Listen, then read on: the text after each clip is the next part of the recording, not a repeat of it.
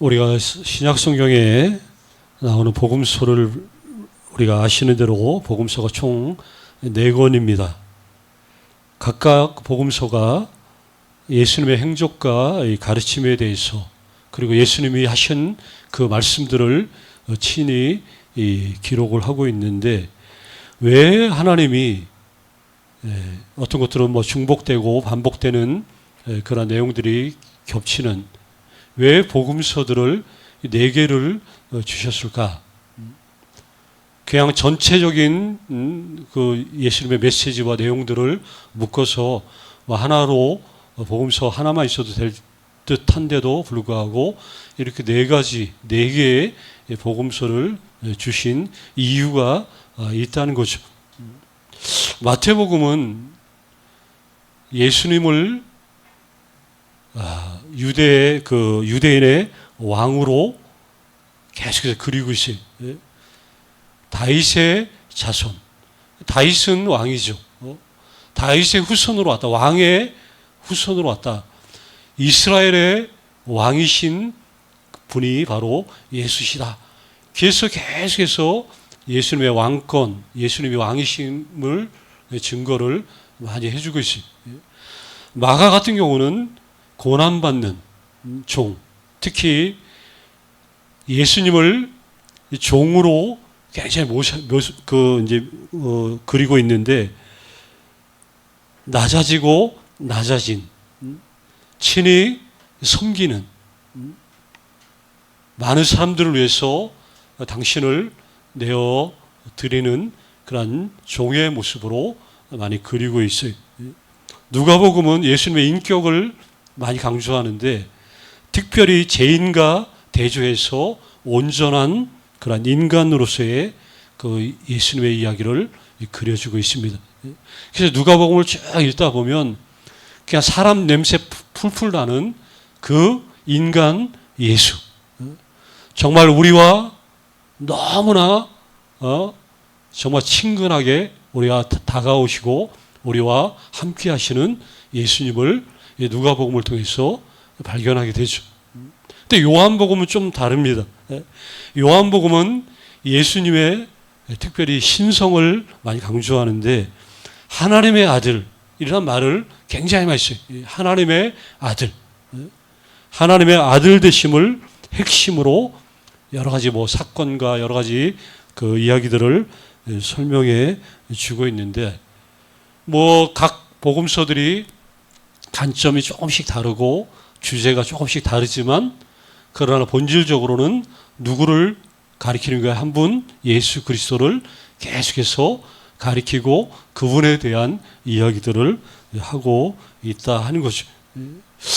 우리 요한복음 1장에 보면 예수님이 어떤 분인가, 우리가 예수님에 대해서는 너무나 잘 알고 많이 듣고 그런 이야기들이지만, 특별히 요한복음 1장에 보면 예수님이 어떤 분인가에 대해서 여러 가지로 우리들에게 이야기를 해주고 있어요. 아마 몇 가지 이제 좀 살펴보려고 하는데, 오늘 특별히 오늘 살펴보려고 하는 것은, 예수님은, 그리스도는 스스로 계신 자다. 이 부분을 좀 집중해서 살펴보려고 합니다. 요한복음의 첫째 절이 이렇게 시작되죠. 태초에. 우리가 이게 태초에 하면 제일 먼저 뭐가 생각나죠? 창세기의 첫 구절이 생각나죠.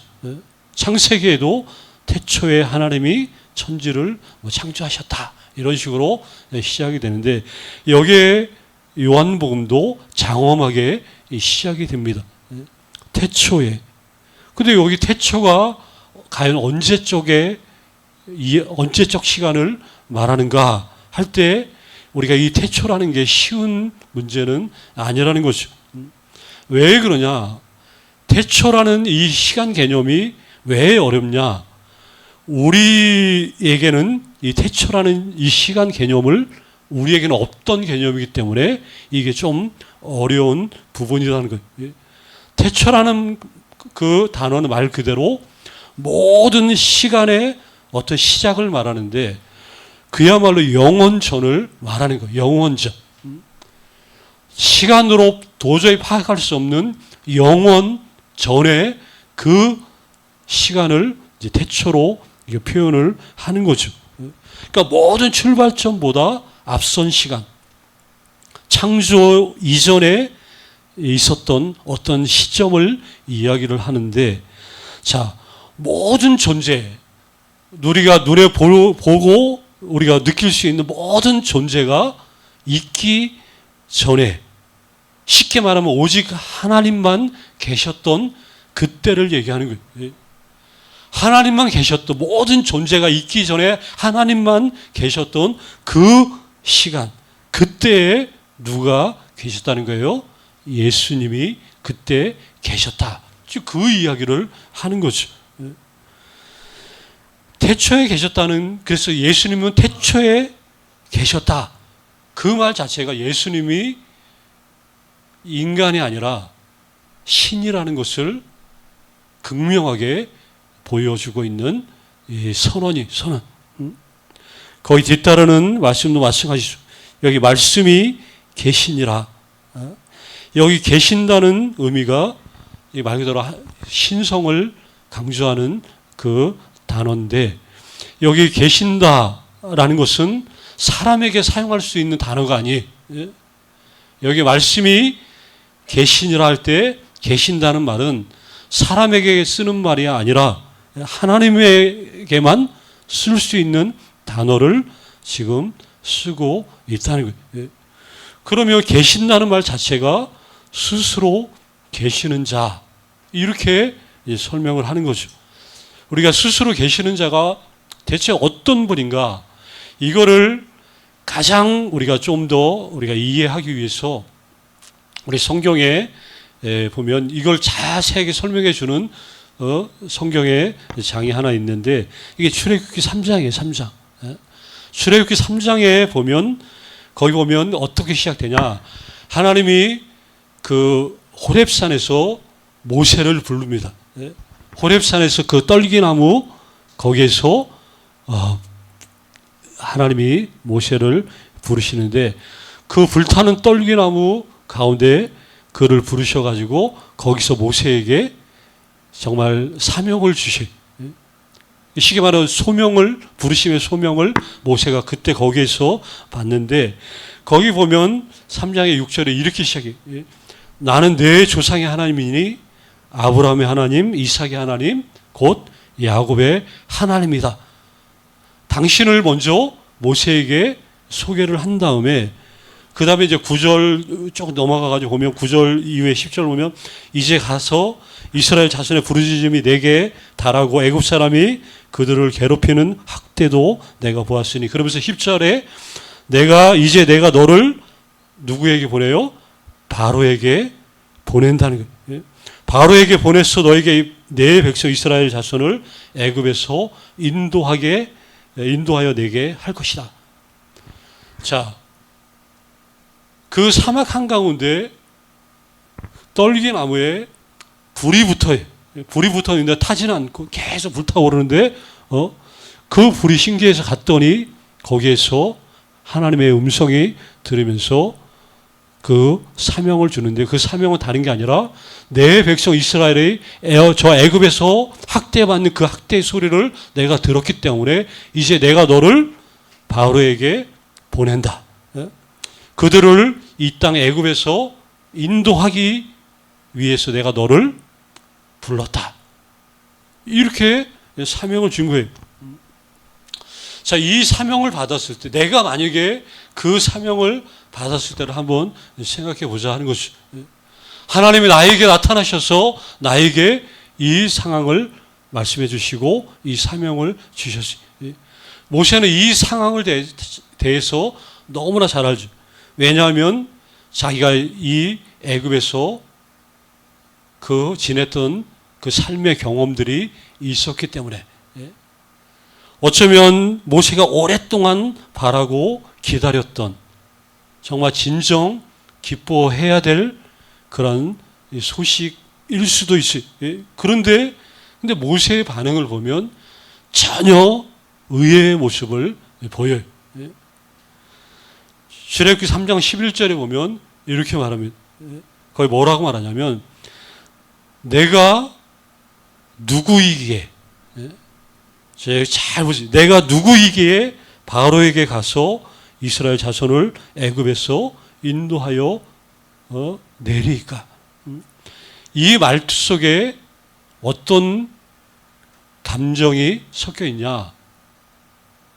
이 원망이에요, 원망. 하나님이 우리가 보통 하나님 부르시면 할렐루야 하고 이 거룩한 사명을 주셨기 때문에 내가 막 이래야 되는데 원망조에 항변하는 지금 어투로 하나님 앞에 얘기해. 지금 모세의 마음은 지금 전혀 즐겁거나 기쁘지 않아요. 저 이스라엘 백성들을 그 바로의 손에서 건져내시겠다는 그 위대한 하나님의 뜻이 누구도 아닌 그 자신을 향해 너에게 이 사명을 내가 너를 통해서 해주겠다고 하는데도 전혀 기쁘지 않았다는 거예요. 왜 기쁘지 않았냐?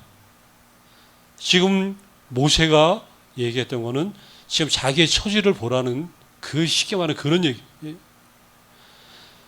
지금은 자기는 권력도 하나도 없고 재물도 없고 사회적인 어떤 영향력도 전혀 없는, 심지어 젊음도 이미 다 잃어버린, 벌써 이마에 주름이 깊게 팬, 지금 나이가 몇 살이에요? 지금 80살이에요. 80살. 여기 지금 80이 돼가지고 나는 힘도 없는 뭐 할 수 있는 그런 나이가 아닌데, 그런 상황이 아닌데, 예전에 부르시려면 진작 부르시지.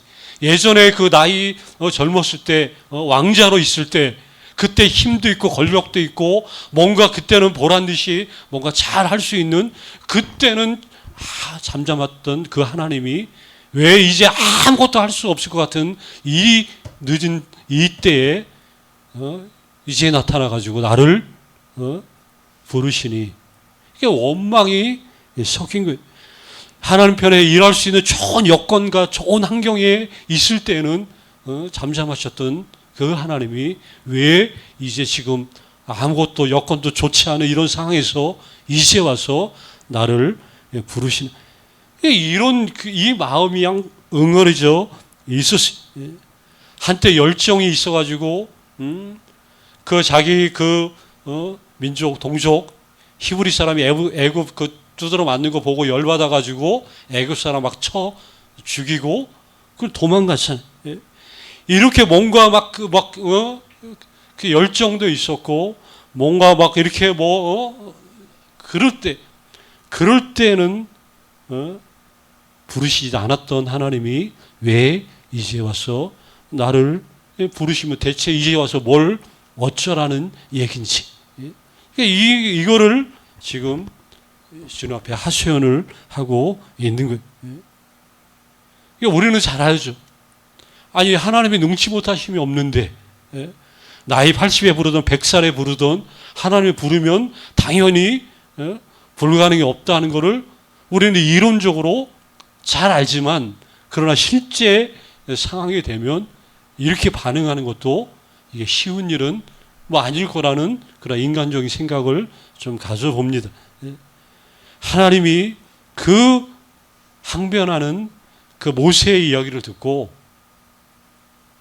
분을 전혀 안 내시, 오히려 설득을 하시는데, 거기 12절에 3장 12절에 출애굽기 이렇게 나와요.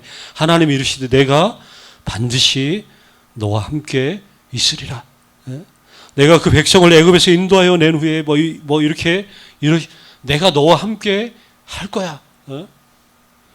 이쯤 되면 모세가 이 하나님의 뜻을 좀 이렇게 받아들일 만도 한데, 그래도 아직도 못 알아듣죠. 계속해서 이게 반복이 돼. 내가 이스라엘 자손에게 가서 이르기를 너희의 조상의 하나님이 나를 너희에게 보내셨다며 그들이 내게 묻기를 그의 이름이 무엇이냐 하리니 내가 뭐라고 그들에게 말하겠나이까. 13절에 이렇게 나오죠. 여기 그거 그대로 내가 백성을 구하러 간다고 해도 그 사람들이 누가 너를 보냈냐 이렇게 물어본다면 내가 뭐라고 대답을 해야 합니까? 그러니까 이스라엘 백성들도 마찬가지 400년이 되도록 애굽 남의 땅에서 종살이하고 그 숱한 그 세월 말이 400년이지 몇 대가 걸쳐서 그때 계속 아니 이렇게 구할 수 있는 하나님이시면 단번에 이렇게 고생 좀 안 시키고 이렇게 하시면 좋은데 그동안 수백 년이 지나도록 남의 나라에서 그 고생이란 고생 온갖 그 노예로 종으로 이렇게 하는 그 하나님이 근데 어느 날 갑자기 내가 너를 하나님이 보냈다라고 말하면 이게 그 사람들에게 먹히겠냐라고 모세가 당연히 얘기를 한 것이죠. 그때 하나님이 결정적인 대답을 성경에서 가장 선명하게 하나님의 신성을 나타내는 이름이 여기 말씀해 주시는데 거기 출애굽기 3장 14절에 보면 나는 스스로 있는 자니라. 이거를 얘기해 준 거예요. 이거를. 나는 스스로 있는 자니라. 여기 스스로 있는 자. 모세가 여기에서 설복을 당하는 거죠. 나는 스스로 있는 자. 이게 무슨 말이에요? 스스로 있는 말이 이게 굉장히 중요하죠. 나는 아무에게도 간섭을 받지 않는 자라는 거예요.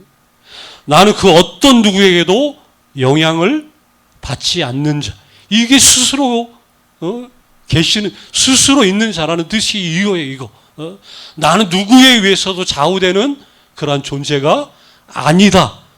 나는 그 누구에게도 영향도 받지 않고 나는 그 누구와도 타협지 않고 나는 내 마음대로 나는 내 뜻대로 나는 내 계획대로 내가 원하는 대로 내가 가장 원하는 방식으로 나는 모든 것을 할 수 있는 하나님이다라는 것을 얘기해 준 거예요.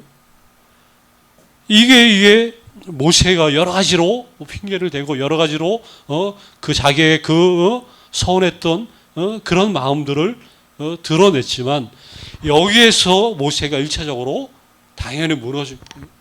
나는 스스로 있는 자다. 나는 나의 뜻을 따라 나의 주권대로 내가 내 뜻대로 내가 모든 인류의 모든 역사를 내가 주관한다라고 말씀하신 거예요. 하나님은 이런 분이라는 거예요.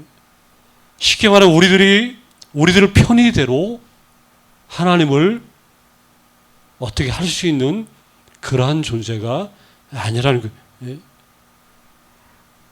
사람들이 흔히 얘기하는 신앙생활 하는 이유들 우리 처음에 우리 옛날에 막 이제 뭐 교회 나오세요 하면 대부분 하는 말이잖아요. 모든 일이 잘 되고 뭐야 건강하고 만사 형통으로만 많이 얘기하잖아요.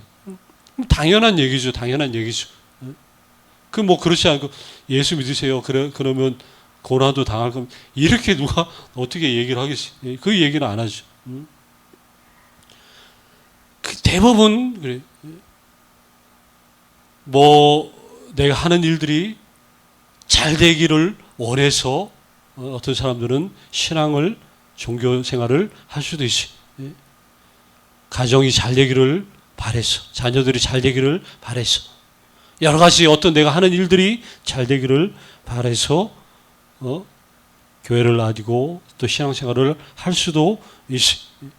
근데 잘못하면 이게 내 편의대로 하나님을 내 편의대로 이용해서 마치 뭔가를 하나님으로부터 받기 위한 얻어내기 위한 그런 것으로 이어져서는 당연히 안 된다는 것을 우리는 신앙생활을 하다 보니까 당연히 저절로 깨달아지고 알게 된 것이죠.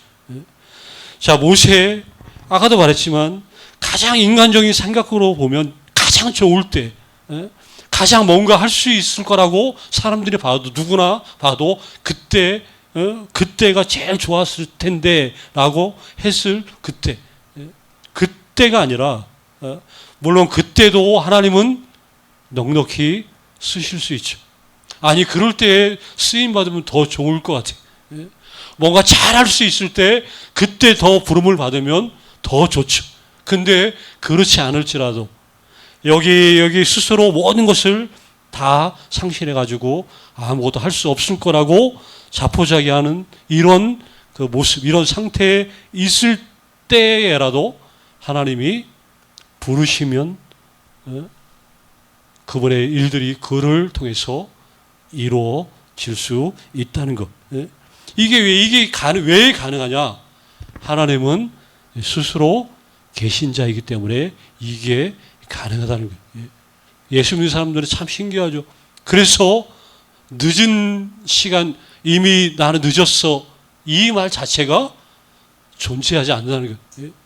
지금 죽음을 코앞에 둔 그 시점에도 나는 이미 늦었어, 이런 말 자체가 우리에게는 불필요하고, 아니 우리 사전에 뭐 존재할 수 없는 그러한 말이 된다 하는 거죠. 하나님은 스스로 계십니다. 얼마든지 어떤 상황에든지 당신의 뜻을 기억하고 이루실 수 있는 분이라는 것을 명확하게 얘기. 이게 은혜의 말씀이고, 이게 나는 스스로 있는 자다라는 말이 이 말씀보다 더 우리에게 복되고 더 영광스러운 그런 말씀은 없을 수도 있어요. 그런데 한편으로는 이 말씀처럼 또 무서운 말씀이 없다는 거예요. 나는 스스로 있는 자다. 이 말씀이 얼마나 무서울 수 있냐. 불의한 중에 있는 자를 천국에 들여보낼 수도 있지만, 그러나 반면에 얼마든지 지옥으로도 보낼 수 있는 분이 하나님이라는 거예요. 스스로 의롭다고 생각하는 그런 사람들을 오히려 지옥으로 보낼 수도 있는 분이 하나님이라는 것. 이게 스스로 계시는 분이라는 이 속에 이런 총체적인 그런 의미들이 이렇게 포괄적으로 담겨 있다는 거예요. 그런데 그 하나님, 이스라엘이 그 스스로 계신 하나님에 대해서 너무나 이제 잘 알고 있었던 그 하나님.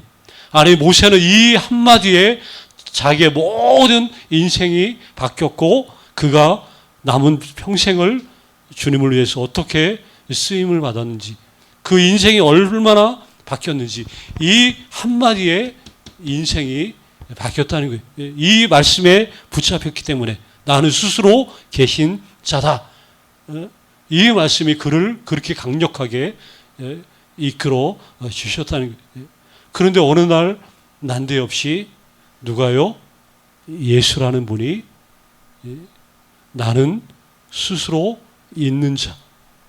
그분이, 요한이 보니까 그 예수님이 하나님처럼 자기가 3년 동안 제자로 따라다니고 평생 제자로 살면서 하나님의 교회가 세워지고 그 다른 제자들은 다 순교의 형장에 그 이슬로 사라졌는데 자기 혼자 남아가지고 부담감스럽게 나이가 80이 되도록 평생을 혼자 사는, 아니 자기의 믿음의 동료들이 다 떠난 지 오래됐는데 자기는 뭔가 살아있는 것 자체가 어쩔 때는 정말 그 살아있는 것 자체가 가시방석일 수도 있는, 그런데 그 살아서 계속 복음을 전하고 사랑을 얘기하고 또 다른 이제 주의 종들을 통해서 하나님의 교회가 이곳저곳 막 세워지는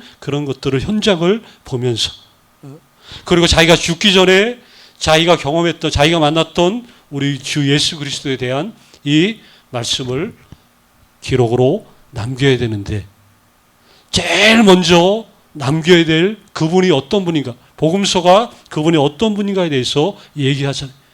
제일 먼저 남기고 싶었던 그분이 어떤 분인가, 예수님은 어떤 분이다, 누구다, 수도 없이 많지만 특별히 요한복음에 나는 예수님 하신 말씀을 통해서 여러 가지 그분이 어떤 분인가에 대해서 설명을 하지만 자기가 볼 때는 태초에 계셨던 분, 스스로 예수님은 계신 분이다 하는 것을 아마 제일 먼저 말하고 싶었던 거예요. 왜 그래요? 이 말씀이 이 사실이 스스로 계신 그분, 그분의 이 정체성이 너무나 강렬하고 너무나 엄청나고 너무나 위대하고 그 말씀 때문에 자기가 사도가 됐고 이 말씀 때문에 이 모든 이 복음의 역사들이 이렇게 충만하게 일어나는 모든 그 현상들, 이거를 가능하게 할 수 있었던 그 원동력이 어디에 있었던 거예요? 나는 스스로 있는 자녀라. 나는 스스로 있는 자녀라. 그분이 그렇게 일으킨 역사라는 것을 안 거예요. 감격하죠, 당연히. 그리고 이 주님을 제일 먼저 사람들에게 증거하고 싶었던 거예요. 그래서 나중에 이 복음서를 읽는 사람들이 요한복음을 펼치자마자 태초의 말씀이 여기에 다 압도당하고 무너지는 거예요. 그리고 그분을 신뢰하는 자들이 인생이 바뀌고 그분이 스스로 계신 자임을 믿고 고백하는 자들마다 얼마나 엄청난 그런 축복의 그런 삶을 살아냈는지, 그 믿음의 허다한 증인들의 그 목소리를, 그 모습들을 여러분들이 한번 상상해 보고 그 반열에 누가, 내가, 우리들이 함께 있다는 것을 좀 알면 얼마나 좋겠어. 얼마나 좋겠어. 이것 때문에 우리가 오늘도 숨을 쉬고 주님을 믿는 그 믿음의 자부심을 가지고 하루하루를 이렇게 사는 것이, 이런 은혜가 평생 넘쳐나시기를 간절히 주의 이름으로 축원합니다. 아버지 하나님,